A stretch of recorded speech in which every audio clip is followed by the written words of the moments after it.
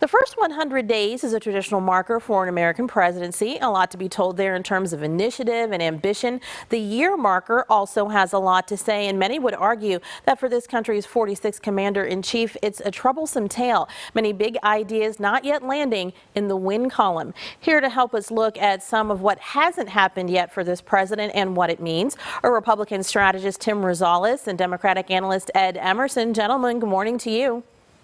Hey, good morning. We, of course, have to start with Ukraine and two words: minor incursion. Used in his press conference last week, it amounted to a Biden gaffe that sent the White House scrambling. Some experts believe with his wording and suggestion that Russia might move into Ukraine because Putin has to do something, that NATO might be divided. They believe that the president has given the green light to Vladimir Putin, even though he's now weighing boosting U.S. troop levels in that area. These troubles soon after that messy pullout in Afghanistan. Tim, what's the president to do?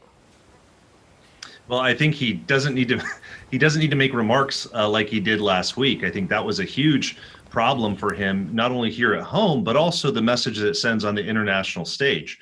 Nothing that Russia does is minor, just like nothing that the U.S. or nothing that China does is minor. These are world superpowers, and Russia and their desire, and Vladimir Putin's desire to get a better foothold and control in the Ukraine is nothing that's new.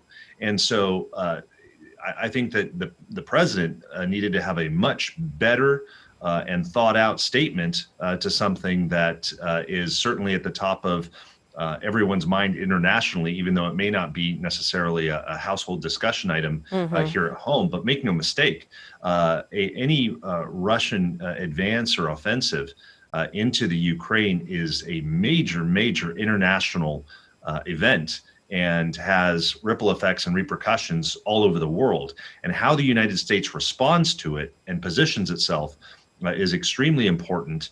And what's going on behind the scenes, the diplomacy and that conversation between our State Department and NATO, as well as Russia and various countries in the region, is extremely important and extremely sensitive at this time.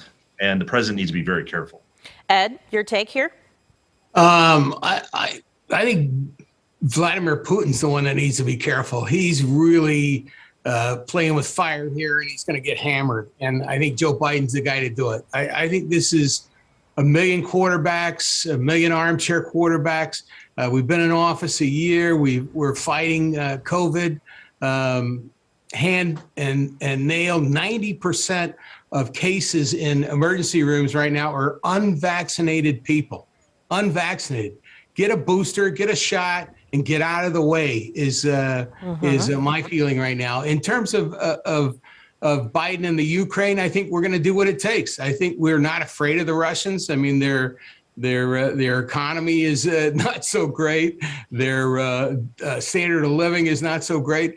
They need to focus on other things, and Putin's just playing with fire here, and he's going to get burned badly. Alrighty, before Christmas, President Biden throwing out deadlines for his $1.75 trillion social spending bill to pass. It didn't happen. It was, we'll get it done after the new year. Nothing, since Senator Manchin pulled the rug out from under that idea along with his support. Last week, he said he thinks parts of this massive package can pass by the midterms. Ed, this is the second half of signature legislation Biden has hung his hat on. Things are just not looking so good. Well, you got Brutus and Sinema wandering around the halls of the Senate, stabbing Joe Biden in the back. I mean, Joe Manchin's got nothing. I think you should put somebody in the primary in West Virginia for he and Sinema the next time, and they need to be run off on a rail. They're not Democrats. They're cowards is what they are. And if you want to stab Joe Biden and bring down the Democratic agenda, that's going to be on your head. And I think history will show that Manchin turned out to be one of the biggest buffoons, second in line behind Donald Trump. Listen, this is a gotcha contest. This is a stab you in the ankle and slow you down. There's no agenda. There's nothing coming from Mitch McConnell and the Republicans in terms of what we should do next.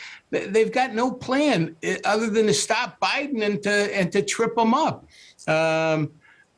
We don't have enough votes in the Senate. There's no question about that. That's not Biden's fault.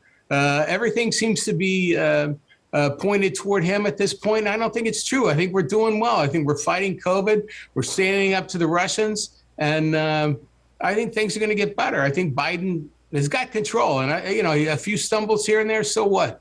Okay, Tim, is it really a so what situation when these are your ideas and you're pushing them and your party is technically in control? Doesn't this get hung on you, and it is a midterm year? Yeah, let's not forget that Democrats are in control of all of the House, the Senate, and of the presidency. I think what the American people want is they're more interested in solutions and things that benefit them. They don't want a Democratic agenda. They don't want a Republican agenda. They want an agenda that helps them. I mean, right now today we had the stock market drop 1,000 points. Inflation is up 7%. Fault. That's Biden's fault. Inflation is up 7%. Sorry. We have some issues here in this country that need resolution and need someone, I think, who can get things done. I'm not saying it's all President Biden's fault, but what you have here is a Congress that right now, even though it's controlled by Democrats, is fighting with President Biden. And, because of it, they're not able to move forward any type of agenda or even compromise. Right. I think that is going to be something that the voters are going to hold, those in office accountable for.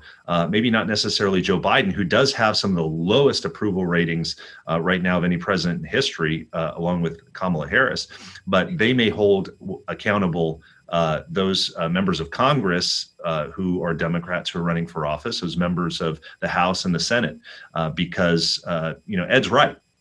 You've got Joe Manchin, who is standing up, I think, and representing, I would say, for voices that aren't necessarily in line with the far left of the Democratic Party. Same with Kristen Sinema.